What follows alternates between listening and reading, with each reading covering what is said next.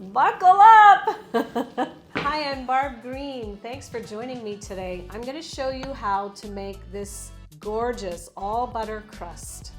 This will produce a crisp, flaky, tender crust, and it's really simple to make. It takes 4 ingredients: flour, salt, butter, and cold water. I want to show you, this is cool. I just want to show you how beautiful this is. Even on the bottom side, it's just golden brown and flaky. You can see all the layers in there. I'm excited to show you how to make it. Let's get started. So the first thing you want to do is spoon out 1 1/4 cups of flour. That's 150 grams. You don't want to scoop it this way. That will pack flour in and you'll end up with more in your recipe than you want. Things can get dry if you're putting too much in. You can also use a scale. That's the best way. You want to make sure you level it off with a knife.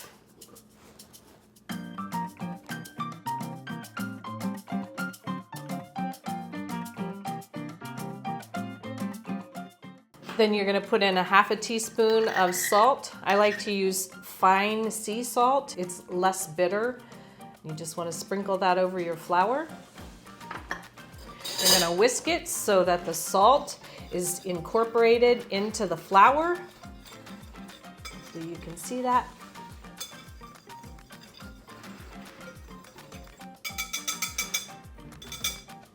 Next, we're going to add our butter. This is 1 stick. 8 tablespoons or 113 grams.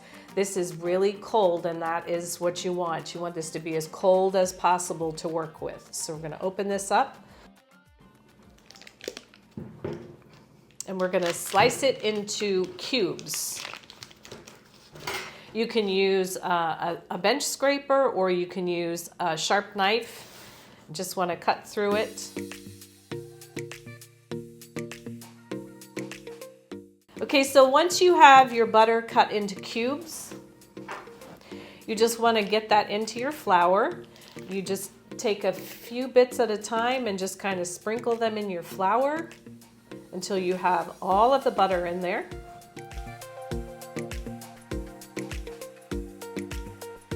Okay, once you have your butter in your bowl, you want to take your hands and you just want to stir it around and make sure that all the little cubes have flour on them.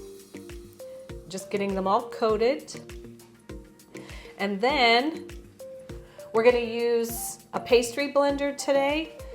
Not everybody has a food processor. If you do have a food processor, you can use that as well. It does make this a little bit faster and a little bit easier, and it makes the bits as they're being chopped up, it makes them a little more uniform. But for today, we're just using this.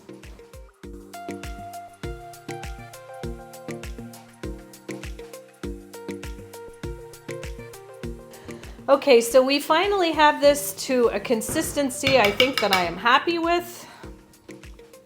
I'll show you what that looks like.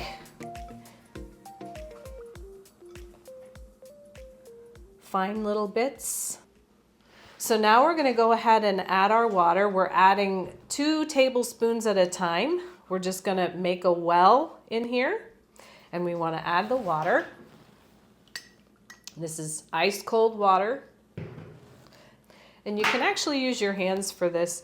I'm kind of just tossing it around. And this begins the hydration process. With butter, it's kind of an interesting thing to work with. Butter has 80% butter fat, and then it has about 20% water. So even in the incorporating the butter into the flour, the hydration process started a little bit. So this doesn't need as much water as another recipe might ask for. Basically, I'm just trying to get it all incorporated here and the flour hydrated. A good way to tell is once you work with it some, I can smell the butter. It smells so good. You just want to squeeze a bit of it. If it starts forming a ball, you're getting close. I'm gonna go ahead and add just 1 more tablespoon. You don't want a flaky, crumbly, floury bunch, but you also don't want it sticky. So you just kind of have to use your observation skills.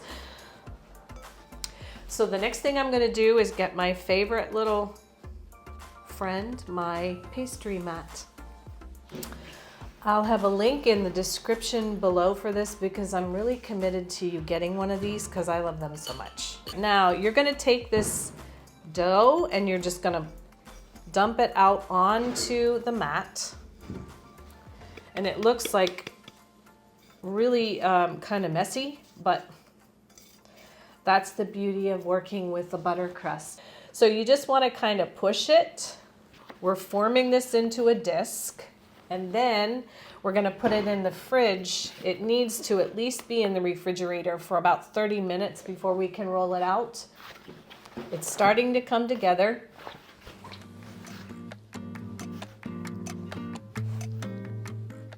So we're rolling this into a disc and then we're gonna put it in the fridge for about 30 minutes.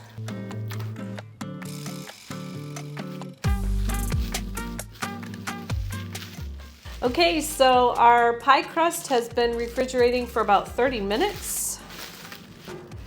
Go ahead and get it out and roll it out. So we want to put some flour on the mat.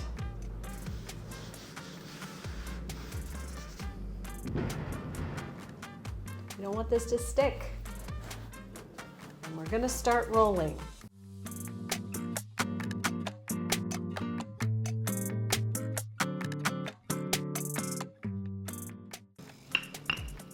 It's rolling out very nicely.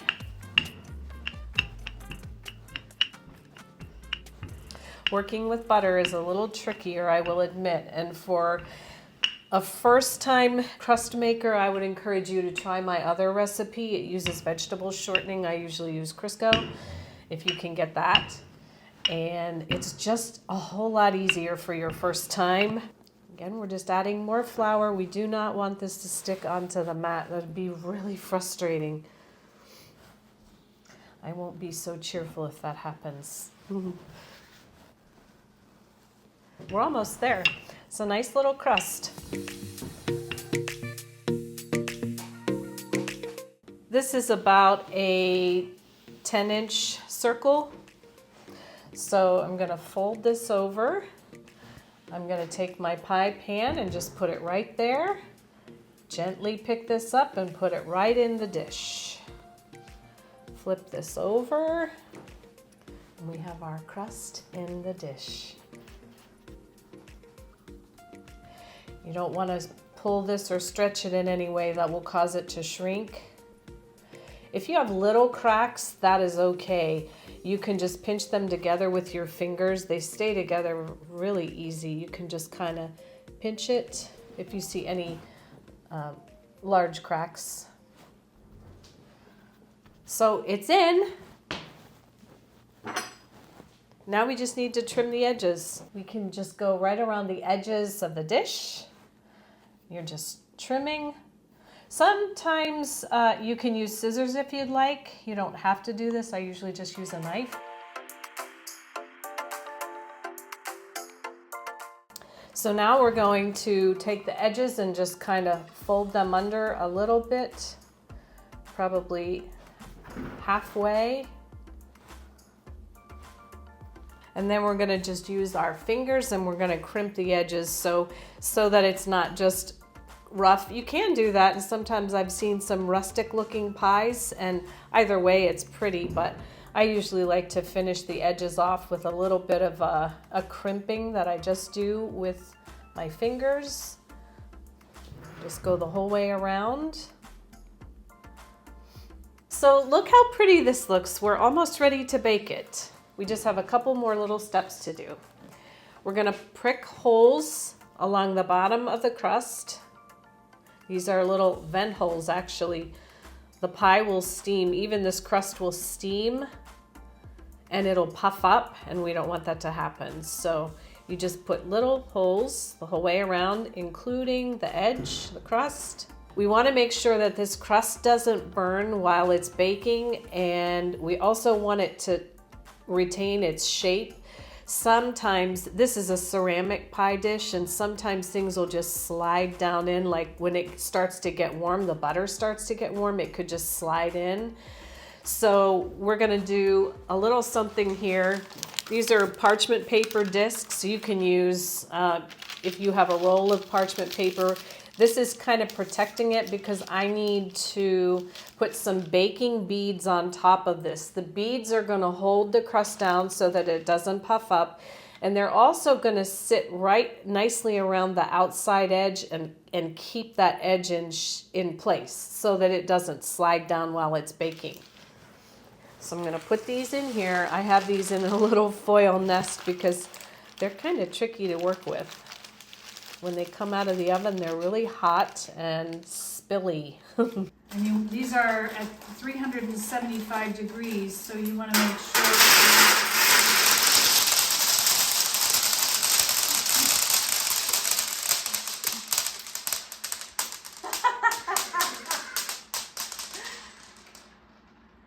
that you're careful with them. And then I'm going to put a pie shield right on top. And this is ready to go in the oven.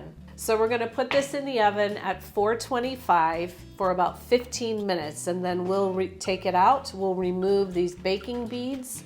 We'll put it back in the oven until it's crisp and golden brown, maybe another 10 to 15 minutes. You just have to keep an eye on it at that point. This is called blind baking. So we're gonna go ahead and put it in the oven, and we're going to put it in on one of the lower racks. The pie shell has baked for 15 minutes. And I'm going to remove these beads. It will finish baking without them. I'm going to put a few more holes in there because they actually tend to close with that weight on it. Put this back on. Don't forget that. You don't want your crust edges to burn. Okay, so it took about 15 minutes. I checked it, it needed 2 more. So if you were curious, 17 minutes is what I left it in. So the whole kitchen smells incredible. It just smells like butter. It's so good. You can hear it happily sizzling. It's nice and golden brown. You can see the flakiness of the crust. I am so happy with that. It's gorgeous. So our all butter crust was a success. It is out of the oven and I'm just waiting for it to cool. I hope you had fun baking with me. I enjoyed my time with you. If you end up finding this a little challenging, I would recommend that you try my other recipe. I'll have the link up here for you. It's using vegetable shortening, which is Crisco, and it's just so much easier to work with for your first time. Hope to see you there.